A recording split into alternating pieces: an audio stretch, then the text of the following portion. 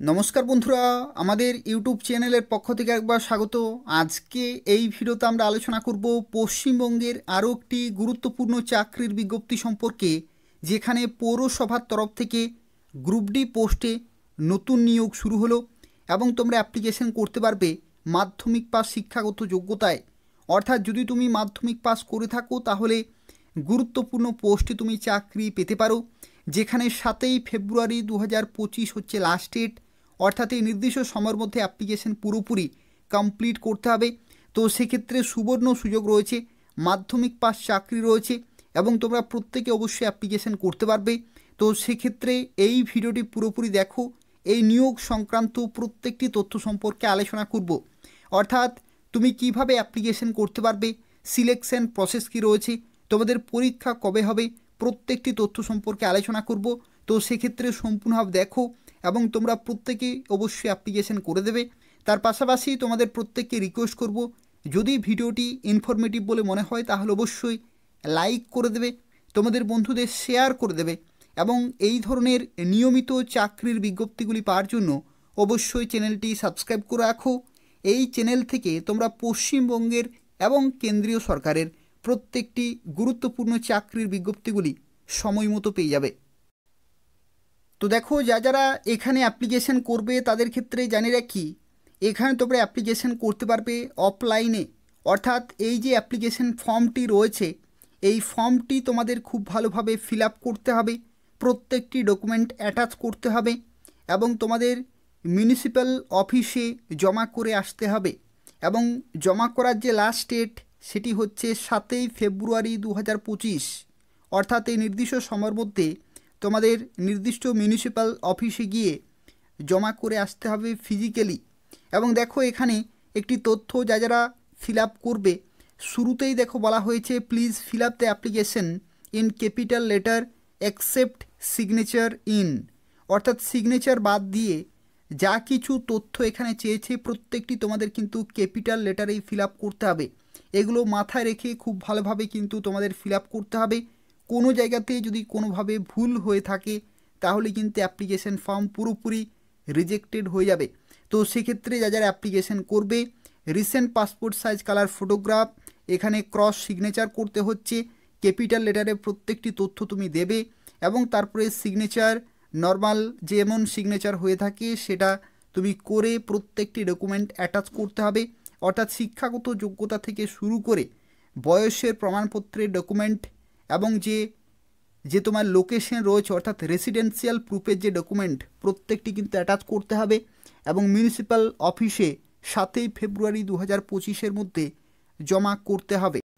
তো দেখো, এই যে বিজ্ঞপ্তি রয়েছে এটা নিয়োগ করা হচ্ছে office of the Bardhaman municipality. অর্থাৎ বর্ধমান মিউনিসিপ্যালিটির তরফ থেকে এই বিজ্ঞপ্তি প্রকাশিত হয়েছে, যেখানে বিজ্ঞপ্তি নম্বর তোমরা এখানে কিন্তু দেখে নেবে। এবং 14 জানুয়ারি 2025 তারিখে এই বিজ্ঞপ্তি প্রকাশিত হয়েছে এদের অফিসিয়াল ওয়েবসাইটে।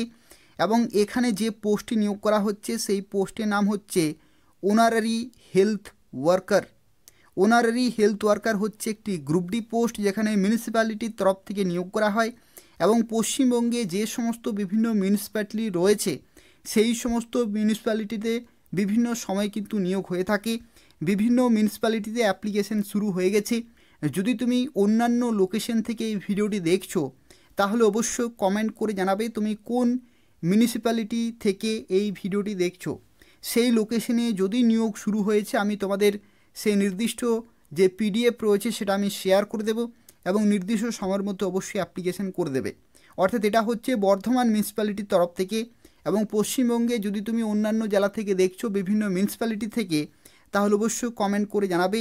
সেই লোকেশনে যদি বিজ্ঞপ্তি জারি হয়ে থাকে তাহলে আমি তোমাদের কমেন্টে রিপ্লাই জানিয়ে দেব, অথবা পরবর্তী ক্ষেত্রে যখনই নিয়োগ শুরু হবে আমি সময় মতো তোমাদের জানিয়ে দেবো। তো সেক্ষেত্রে নিয়মিত চ্যানেলটি ফলো করতে থাকো।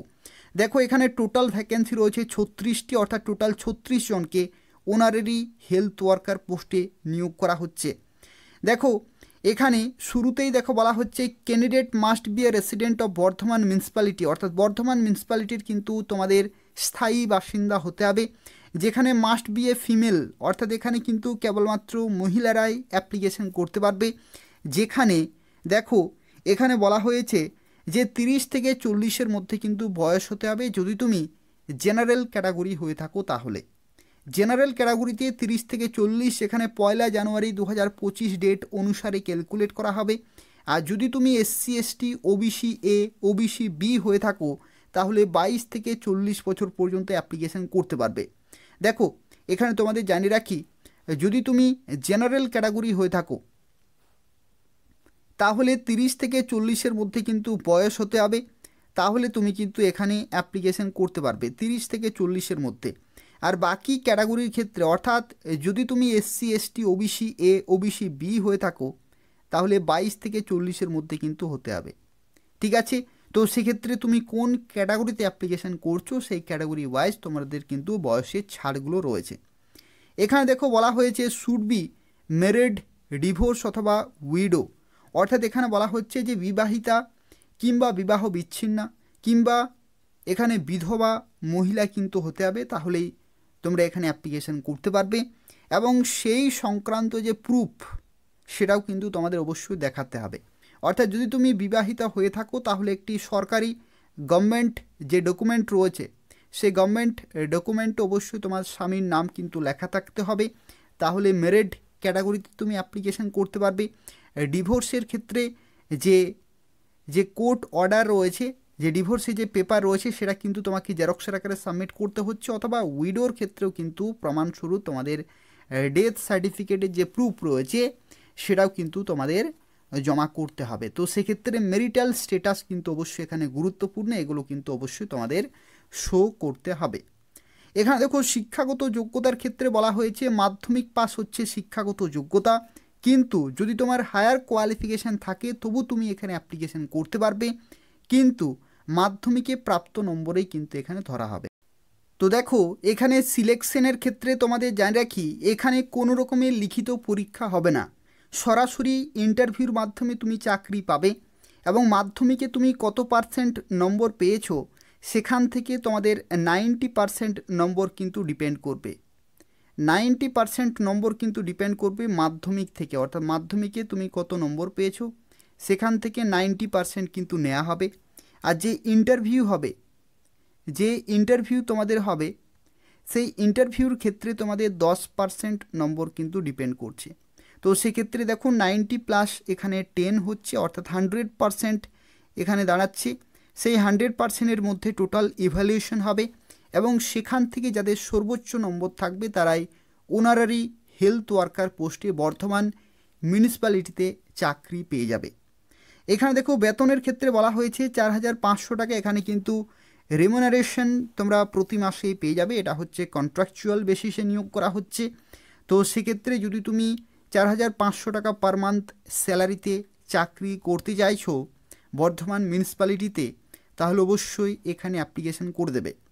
দেখো এখানে অ্যাপ্লিকেশন করার যে প্রসেস বলা হয়েছে, যেখানে বলা হচ্ছে all applications in enclose format, অর্থাৎ যে ফরম্যাট এখানে শেয়ার করা হয়েছে সেই ফরম্যাটেই ফিজিক্যালি অর্থাৎ সেই অফিসে যে বর্ধমান মিউনিসিপ্যালিটির যে অফিস রয়েছে সেই অফিসে গিয়ে কিন্তু সেখানে একটি ড্রপ বক্স রয়েছে, সেই ড্রপ বক্সে কিন্তু জমা করে আসতে হবে এবং লাস্ট ডেট পেরিয়ে গেলে কোনোভাবেই কিন্তু অ্যাপ্লিকেশন গ্রহণযোগ্য হবে না।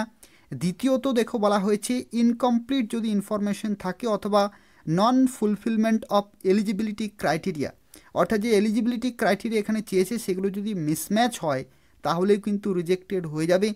আর তার সাথে সাথে দেখো এখানে বলা হয়েছে if at any stage of the recruitment process it is found that any of the candidate didn't meet up any of the conditions applicable for the respective post, অর্থাৎ এই পোস্টের ক্ষেত্রে যা কিছু প্রয়োজনীয় সেই সমস্ত প্রয়োজনীয় যে তথ্যগুলো সেগুলো যদি মিসম্যাচ হয় বা যদি না থাকে তাহলেই কিন্তু অ্যাপ্লিকেশন ফর্ম সেখানে কিন্তু রিজেক্টেড হয়ে যাবে।